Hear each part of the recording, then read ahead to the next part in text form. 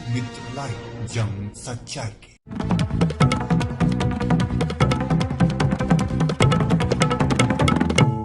लोकमित्र live channel में आप सभी का स्वागत है। महत्वपूर्ण और ताजा खबरों के लिए इस चैनल से जुड़े रहें और इस चैनल को लाइक, शेयर और सब्सक्राइब जरूर करें। आइए देखते हैं वरिष्ठ संवाददाता प्रेस रिपोर्टर श्री सूबेदार उपाध्याय जी की रिपोर्ट। लोकमित्र लाइव से मैं जिला प्रतिनिधि सूबेदार उपाध्याय। आज दिनांक 2 मार्च 2022 को बड़ौदा स्वरोजगार मिशन संस्थान प्रतापगढ़ द्वारा बैंक मित्रों की बैठक बीसी के कार्यों का विस्तारीकरण जागरूक करने के साथ डिजिटलीकरण के विस्तार में इनके योगदान को बढ़ाने के आलोक में प्रत्येक कस्टमर को बैंक द्वारा मोबाइल बैंकिंग सुविधा उपलब्ध कराने के उद्देश्य से विशेष अभियान चलाकर 4 मार्च को 10,000 मोबाइल बैंकिंग एक्टिवेशन का लक्ष्य भारतीय रिजर्व बैंक द्वारा रखा गया है। मोबाइल बैंकिंग सुविधा अधिक से अधिक कस्टमर को उपलब्ध कराने के उद्देश्य से बीसी मित्रों को क्षेत्रीय प्रबंधक संजय कुमार, मुख्य प्रबंधक बैंक ऑफ बड़ौदा पंकज जायसवाल, क्षेत्रीय जिला प्रबंधक डिजिटल वाराणसी अभिषेक कुमार, निदेशक बड़ौदा स्वरोजगार विकास संस्थान जितेंद्र प्रसाद, वित्तीय साक्षरता सलाहकार शिशिर खरे, विजन इंडिया के एरिया मैनेजर शिवराम त्रिपाठी आदि द्वारा मोबाइल बैंकिंग डिजिटलीकरण पर जागरूक किया गया। लोकमित्र लाइव से प्रेस रिपोर्टर सूबेदार उपाध्याय की रिपोर्ट। स्वागत है सर, मैं सर सूबेदार उपाध्याय लोकमित्र लाइव से। आज का जो आपका ये कार्यक्रम था, जो बहुत बड़ी बैठक थी, बीसी की बैठक थी, इसका जो है मुख्य उद्देश्य क्या था और आज के कार्यक्रम का जो है बहुत संक्षिप्त में आप बताएं। देखिए, हमारे बैंक के द्वारा जो है इस समय बॉब वर्ल्ड जो कि मोबाइल पे बैंकिंग की सुविधा उपलब्ध कराता है, उसकी एक्टिवेशन की जो है हम लोग यहाँ बात करने के लिए आज उपस्थित हुए हैं। और जैसा कि हमारा बैंक का उद्देश्य है कि हमें जो है हर कस्टमर को मोबाइल बैंकिंग की सुविधा उपलब्ध कराना है। अभी भी हमारे बहुत सारे ऐसे ग्राहक हैं जिन्हें मोबाइल पे बैंकिंग की सुविधा उपलब्ध नहीं है। तो आज हम अपने सारे बीसी मित्रों को जागरूक करने आए हैं कि आप उन्हें जल्द से जल्द उन्हें मोबाइल बैंकिंग की सुविधा प्रदान करें ताकि वो घर बैठे बैंकिंग सुविधा का लाभ उठा सकें। और ये बहुत ही अच्छी सुविधा है। इसमें हमारी बैंक ने मोबाइल बैंकिंग में 220 से ज़्यादा सर्विसेज जो है इसमें चालू करके रखा है। एक तरीक़ा से ये मिनी बैंकिंग है। तो हम जब इसको घर घर में प्रमोट करेंगे तो लोगों को जो है इस कोरोना काल में उन्हें बैंक में आने की ज़रूरत नहीं पड़ेगी और वो अपने अधिक से अधिक कार्य जो है घर बैठे कर लेंगे। तो ये आज मेन उद्देश्य ये था। दूसरा, रिजर्व बैंक ऑफ इंडिया के द्वारा एक फाइनेंशियल लिटरेसी कार्यक्रम का आयोजन किया जा रहा था, जिसमें कि 14 तारीख से वो शुरू होने वाला था और उसमें गो डिजिटल गो सिक्योर ये उनका नारा था। तो उसके लिए भी हम अपने बीसी को जो है यहाँ पे मोटिवेट कर रहे हैं कि हमें ज़्यादा से ज़्यादा डिजिटलीकरण पे जोर देना है, जिससे हमारे ग्राहक बंधु को जो है जो बैंकिंग लेन देन में असुविधा होती है वो बिल्कुल न्यूनतम हो जाए, बिल्कुल न्यून हो जाए, बिल्कुल ख़त्म हो जाए। तो आज का मूल उद्देश्य जो है हमें बीसी को सेंसिटाइज करना था। यही हमारा जो है उद्देश्य था। यहाँ एक जो है विशेष अभियान के अंतर्गत कोई 4 मार्च के लिए कोई व्यवस्था की गई है आपके द्वारा? जी, 4 मार्च के लिए हम लोगों ने आह्वान किया कि हम लोग 10,000 मोबाइल बैंकिंग हमारे ग्राहक को प्रदान करेंगे, जिससे कि जो है हर जो है हमारे कस्टमर वो मोबाइल बैंकिंग से जो है जुड़ जाएंगे और मोबाइल बैंकिंग की सुविधा का लाभ ले पाएंगे। आपके काइंड कंट्रोल में कितने बीसी हैं? हमारे अगर हम प्रतापगढ़ डिस्ट्रिक्ट की बात करें तो यहाँ पे करीबन हमारे 250 से ज़्यादा बीसी हैं और बीसी सखी करीबन हमारे यहाँ पे 400 से ज़्यादा बीसी सखी हैं। एक बार सर हम जो है आपका पूरा परिचय जानना चाहते हैं। मेरा नाम संजय कुमार हो गया और मैं वाराणसी क्षेत्रीय कार्यालय में क्षेत्रीय प्रमुख के रूप में कार्यरत हूँ। आप क्षेत्रीय प्रबंधक के रूप में हैं। आपके अंडर में कितने डिस्ट्रिक्ट हैं? हमारे अंडर में अभी 3 डिस्ट्रिक्ट हैं, भदोही, जौनपुर और हमारी प्रतापगढ़। आज आप तीनों जनपदों का जो है बैठक को जो है आपने संबोधित किया। आज हम केवल प्रतापगढ़ डिस्ट्रिक्ट का कर रहे हैं और हमारे जो दूसरे हमारे साथी हैं वो जौनपुर डिस्ट्रिक्ट और भदोही डिस्ट्रिक्ट में इसी तरह का जो है सेम प्रोग्राम जो है वहाँ पे आयोजित करके और उन बैठक में शामिल हुए। आपकी टीम में भाग ले रहे हैं आप हैं, आपका पूरा परिचय क्या है? मेरा नाम अभिषेक कुमार सिंह है और मैं वाराणसी 2 क्षेत्रीय कार्यालय में रीजनल लिस्ट मैनेजर के पद पर कार्यरत हूँ। जी जी। और जैसा कि सर ने बताया, हम लोग का मोबाइल बैंकिंग जो कि हमारे आरबीआई का भी एक लक्ष्य है कि अब ज़्यादा से ज़्यादा ग्राहकों को डिजिटल सेवा से जोड़ा जाए। तो उसी क्रम में हम लोगों ने भी 4 तारीख को आने वाले जो 4 तारीख है 4 मार्च, इसमें हम लोगों ने अपने बैंक का जो बॉब वर्ल्ड एप्लीकेशन है उस पर हम लोगों ने 10,000 कस्टमर्स को ऑनबोर्ड करने का लक्ष्य रखा है। और उसी के क्रम में हमारे ये अभियान कब तक चलेगा आपका 4 तारीख से? ये अभियान तो हमारा डेली बेसिस पे ही होता है, लेकिन 4 तारीख को विशेष हम लोगों ने प्रोग्राम रखा है ताकि हम लोग एक दिन टारगेट करके ज़्यादा से ज़्यादा लोगों को ऑनबोर्ड कर सकें। मीटिंग में आपने बहुत अच्छा कोऑर्डिनेट किया जो है, आज आप क्या संदेश दे रहे हैं? मैं यही बीसी एक्चुअली आज की मीटिंग जो बीसी लोगों को लेकर रखी गई थी, उनका योगदान बहुत महत्वपूर्ण होता है बैंकिंग कार्यों में, तो उनकी सराहना करता हूं और उनसे अपेक्षा रखता हूं कि आने वाले 4 तारीख को जो 10,000 मोबाइल बैंकिंग एक्टिवेशन का टारगेट रखा गया है वो जरूर पूरा करेंगे। आज जनपद प्रतापगढ़ में क्षेत्रीय प्रबंधक महोदय पधारे हुए हैं, सभी पूरी टीम के साथ जो है आज आपने जो है पूरी टीम का प्रतिनिधित्व किया। आप बताएं कि क्या आपने महसूस कर रहे हैं, कैसा आपने? सर, ये समय की मांग है और बैंक ऑफ बड़ौदा उस समय की मांग को हमारे आम जनमानस तक प्रोपोगेट करके जागरूक करके दे रही है। और साथ ही साथ आज हमारे आरएम साहब ने वित्तीय साक्षरता पर भी अपने उद्बोधन दिए हैं। वित्तीय साक्षरता भी हमारी आज के समय की मांग है। बैंक को आखिर सभी को डिजिटल होना है और उसी के तहत और भारतीय रिजर्व बैंक और बैंक ऑफ बड़ौदा के तहत ही ये कार्यक्रम आयोजित किया गया था। इसके लिए हम अपने आरएम साहब को भी धन्यवाद देते हैं, उन्होंने समय निकाला और यहाँ तक आए और आम जनमानस को, खासकर हमारे मित्रों को ऐसा कोई आधार या पिन आप शेयर नहीं करें, कभी ना बताएं। आजकल बंधुआ एक फ्रॉड चल रहा है बहुत लेटेस्ट, क्योंकि वो आपसे ज्यादा अपडेट होते हैं। जो फ्रॉड फर्जरी करने वाले होते हैं वो डिजिटल बैंकिंग में वो आपसे ज्यादा तेज होते हैं, हम लोगों से ज्यादा तेज होते हैं। हालांकि चेक मेजर्स हैं, बैंक रोक लगाती है। अभी क्या एक नया चल रहा है, हो सकता है कुछ लोग के पास ऐसा हुआ भी हो या आपके परिचितों के पास। साहब आपके 2 टीकाकरण हो गए हैं, दूसरा डोज लगनी है, तो साहब दूसरा टीका लगा है कि नहीं लगा है हमें आप बता दीजिए और अब आपके आधार से हम आपको बता देते हैं। आप हमको नंबर बता दीजिए तो मैं आपका लेटेस्ट और नियरेस्ट आपका स्लॉट बुक कर देंगे, जिससे आपको वहां भीड़ नहीं लगानी पड़ेगी और आप जाके वहां अपना दूसरा डोज लगवा लें, या बूस्टर डोज आ गई है तो आप उसको लगवा लें। आपकी उम्र 60 साल प्लस हो गई है या आप ऐसे ट्रस्ट में हैं तो क्या होता है, लोग बड़े खुश हो जाते हैं, अरे वाह हम लोगों को तो आराम से मिल जाएगा, स्लॉट बुक हो जाएगा। आपने बता दिया हाँ नियरेस्ट हॉस्पिटल मेरा ये करा दीजिए। ऐसा कदाप नहीं करेंगे, कहीं से कोई फोन नहीं आता है सर।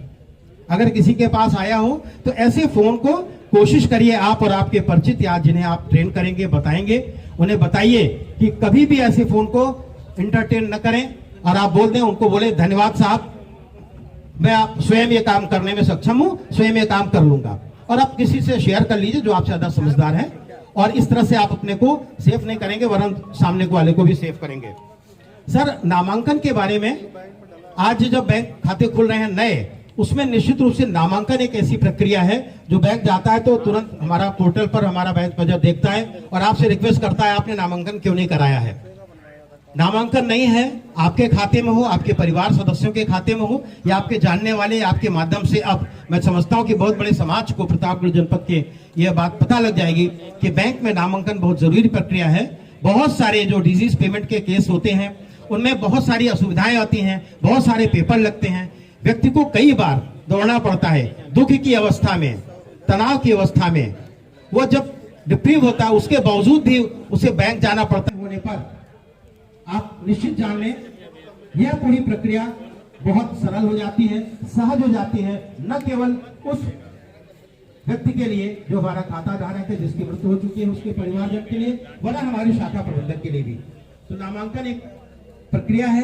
कुछ लोग ऐसा सोचते हैं कि एक बार मैंने, मान लीजिए मैंने अपनी पत्नी का नामांकन करा दिया, मैं चाहता हूं कि अभी पत्नी का ठीक है, उसके तो एक पुरानी एफडी थी, मैं अपने बेटे को करा देता हूं या अपनी बेटी का करा देता हूं नामांकन। तो आप जितनी बार चाहें उतनी बार नामांकन बदल सकता है। लोग इसको सक्सेसर से जोड़ लेते हैं, उत्तराधिकारी से जोड़ लेते हैं, ऐसा नहीं है। नामांकन एक ऐसी प्रक्रिया है आप जब चाहें तब कर सकते हैं। मान लीजिए मैं बेटा हूं, मेरी नई नई नौकरी लगी है और मैंने अपनी माँ को, मेरी शादी नहीं हुई, मैंने अपनी माँ को या पिताजी को नामांकित करा दिया अपने खाते के साथ, एफडी के साथ, आरडी के साथ, बचत खाते के साथ। कुछ दिन बाद मेरी शादी होती है, साल 6-10 महीने बीत गए, मैं चाहता हूँ कि माता जी का नाम हटा के पत्नी जी का नाम कर दूं। तो निश्चित रूप से आप जब जाएंगे पत्नी की उम्र बताएंगे, नाम बताएंगे, उनके आधार का डिटेल बताएंगे और ये सारा कार्य ब्रांच मैनेजर के सामने होता है निर्धारित फॉर्म पर, बाजार पे नहीं या कहीं भी बाहर सेंटर पे नहीं होते।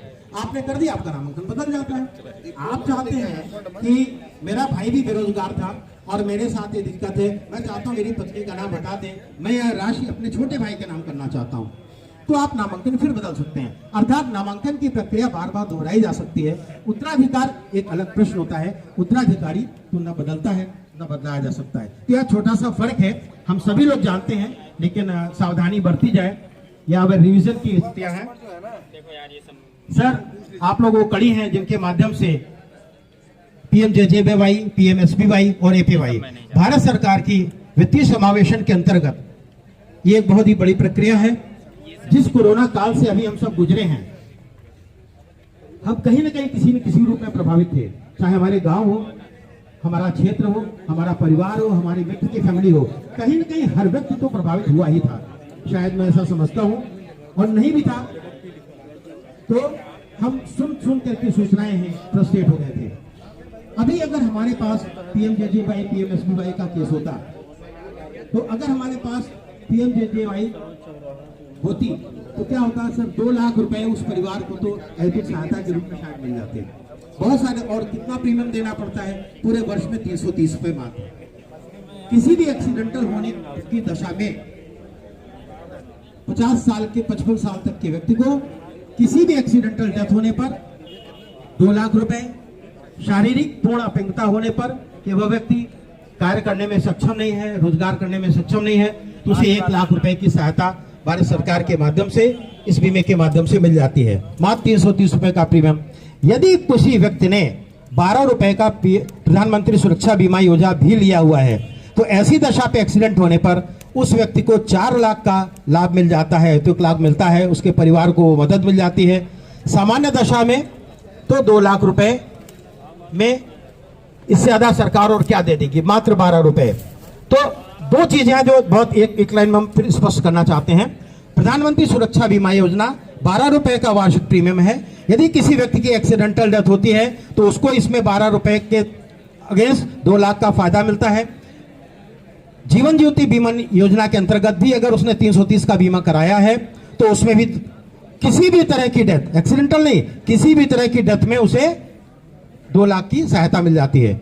अब एक केस है, मान लीजिए कि एक व्यक्ति है जिसकी साधारण, उसने दोनों बीमा लिया हुआ है और साधारण मृत्यु हो जाती है किसी कारण से, बीमारी से सो के नहीं उठे, कोई ऐसा कारण था, तो क्या होगा? चूंकि उसने PMJJBY में उसे था, लेकिन ऐसी दशा चूंकि साधारण मृत्यु है तो 2 लाख रुपए, लेकिन यदि दोनों से था और उसका एक्सीडेंटल डेथ हो जाती है तो उस व्यक्ति को 4 लाख रुपए तक का। देखिए हमारे साथी हैं, हाथों से इशारा करके वो चीज़ों को इंडिकेट कर रहे हैं। ये खुशी की बात है, हम सब कहीं ना कहीं जुड़े हैं, लेकिन हम कितनों को जोड़ दें। ऐसी बैठकें, ऐसे गोष्ठियां, ऐसे सेमिनार के पीछे हमारे भारत सरकार की, बैंक ऑफ बड़ौदा की या ऐसी जो संस्थाएं, उनकी सीधे और महती भूमिका होती है। शासन ये चाहता है कि आपके माध्यम से जितने ज़्यादा से ज़्यादा लोग जागरूक हो सकें और इन चीज़ों से, छोटी छोटी चीज़ों से जुड़ सकें। एक चीज़ आजकल बहुत आती है, आपके फोन पर, मोबाइल पर आता है, आपका 50,000 का लोन सैंक्शन हो रहा है, कृपया आप बस ये फॉर्म भर दें। बंदे, और लोन तो मिल जाता है 50,000 रुपए, कोई शक नहीं। आपको जानकारी के लिए बता दें, लगभग पूरे भारतवर्ष में रिजर्व बैंक ने स्टडी किया है, 1000 ऐसी संस्थाएं हैं जो आपको कहती हैं कोई चार्ज नहीं लगेगा, कुछ नहीं लगेगा, और आपका अपना खाली आपको सैलरी का डिटेल बता दीजिए, आधार बता दीजिए, हम आपको इतने रुपए ट्रांसफर कर देते हैं, ट्रांसफर हो जाता है। ऐसी 1000 संस्थाएं हैं, लेकिन सचमुच उसमें से 350 से 400 ऐसी हैं जो भारतीय रिजर्व बैंक के मानदंडों के तहत कार्य कर रही हैं। मतलब अधिकतम 35 से 40%। वो क्या करते हैं, आपसे आपकी आय का प्रमाण पत्र लेकर के लोन तो दे देते हैं, लेकिन उस लोन की वसूली 18% से लेके 21% तक का आपसे चार्ज लेते हैं।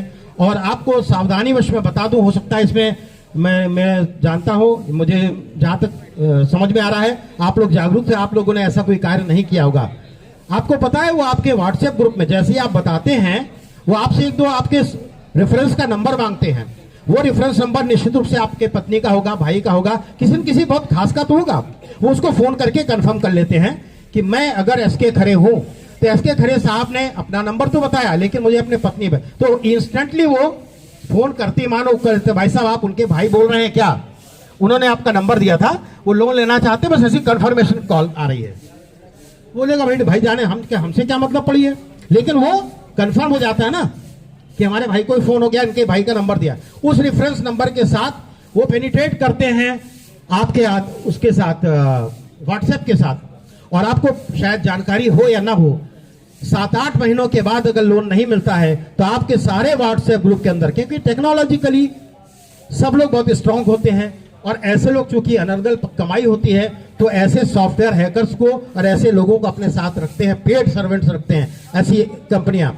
भाई आपको अगर पैसा दे रहे हैं, आपसे पैसा दे भी तो रहे हैं अच्छे खासी ब्याज के साथ, तो ऐसे थोड़ी ना पैसा दे देगा सर। आपके पूरे व्हाट्सएप ग्रुप को मैसेजेस जाते हैं, और मुझे मेरे संज्ञान में है जन शिक्षा संस्थान लखनऊ का एक ऐसा स्टाफ था, उसने बाद में आत्महत्या तक करने तक के बारे में उसके हो गया था। उसकी सिस्टर्स वगैरह जाती थी, रोती थी कि साहब आप लोगों ने क्या ये नंबर बता दिए हैं क्या, बहनोई के पास, जीजा के, सबके पास नंबर। तो प्लीज मेरा निवेदन है कि ऐसे किसी छोटे छोटे लाभ में हम कोई ऐसी बड़ी चीजों से धोखा ना खा जाएं। तो हमारा तो हम तो जागरूक हो ही रहे हैं, लेकिन निश्चित रूप से अगर कोई व्यक्ति जिसे आप बचा लेंगे, बहुत बड़ी खुशी आपको इस बात की होगी कि मेरे कारण से, मेरे बताने के कारण वो व्यक्ति ऐसी किसी झंझट में जाने से बच गया, ऐसे किसी फ्रॉडिये के हाथ में आने से बच गया। निश्चित रूप से आप अपना दिन सफल महसूस करेंगे और सचमुच आपको एक विशेष खुशी होगी। बीसी को आपको टारगेट देना और करवाना है, तो वो तो ठीक है, पूरे महीने हमको करना है, लेकिन अभी जो 4 तारीख को हमको करना है, हमको उसको लक्ष्य बना के, और लक्ष्य ऐसा बनाना है कि हमको प्राप्त करना है। और उसी क्रम में हम लोगों ने हर बीसी को 75 एक्टिवेशन का टारगेट दिया है। अब आप लोगों को ये लग रहा होगा कि 75 एक्टिवेशन होगा कैसे, किसी के मन में संशय है तो पूछिए, मैं बताता हूँ कैसे होगा। कैसे होगा इसके लिए मैं बताता हूँ आप लोग को। देखिए, उसमें ब्रांचेस को ऑलरेडी हम लोगों ने निर्देश दिया हुआ है कि आप लोग अपने डीसी भाइयों का पूरा सहयोग करेंगे, और उसमें देखिए क्या होगा, एक दिन में 75 आदमी को बुला लेना, कर लेना आप लोगों के लिए भी मुश्किल होगा। उसके लिए हम लोगों ने पहले भी बताया था कि आप लोग पहले से ही बफर करेंगे। जैसे कि आपकी त्रिशुंडी शाखा जो जस्ट एकदम बगल में ही है, कौंडौर से नियरेस्ट ब्रांच है त्रिशुंडी, सुल्तानपुर की लास्ट ब्रांच अपने इस रोड पर पड़ती है। उस ब्रांच ने एक दिन में 442 एक्टिवेशन किया था, और जब से अपना रीजन बना है, मैं इस क्षेत्र का डिजिटल ऑफिसर रहा हूं, और मेरी जानकारी में अपनी जो सबसे ज्यादा करने वाली शाखा है वो प्रतापगढ़ मेन ब्रांच थी, जिन्होंने की 72 एक्टिवेशन एक दिन में किया था। तो अगर त्रिशुंडी जैसी शाखा 442 कर सकती है तो क्या हमारी ब्रांचेस नहीं कर सकती हैं? त्रिशुंडी एक ऐसी रिमोट ब्रांच है कि अगल बगल मुझे लगता है कि वहाँ फोटोकॉपी की भी दुकान नहीं है, बहुत छोटी ब्रांच है। तो हमारे पास बहुत पोटेंशियल है। करना क्या है ये मैं बताता हूँ आपको। देखिए, सबसे पहले आपने जो इधर 6 महीने में अकाउंट खोले हैं, अकाउंट ओपनिंग रजिस्टर मुझे उम्मीद है सबके पास होगा। तो उसमें आप जब अकाउंट खोलते हैं तो नाम भी मेंशन करते हैं कि इनका हमने अकाउंट खोला है। नाम से भी हम लोग बहुत सारा अंदाजा लगा लेते हैं। जैसे आप मान लीजिए कुछ नाम ऐसे होते हैं जो ओल्ड एज लोगों के होते हैं, हमको पता होता है, तो हम उनको फोकस ना करें। सबसे पहले हम स्कैनिंग कर लें कि जो हमारे ऐसे यंगस्टर बच्चे हैं, चाहे जो हमारा 45-50 साल तक का वर्ग है, जो कि डिजिटल प्लेटफॉर्म पे जुड़ सकता है और वो उसका बेनिफिट ले सकता है।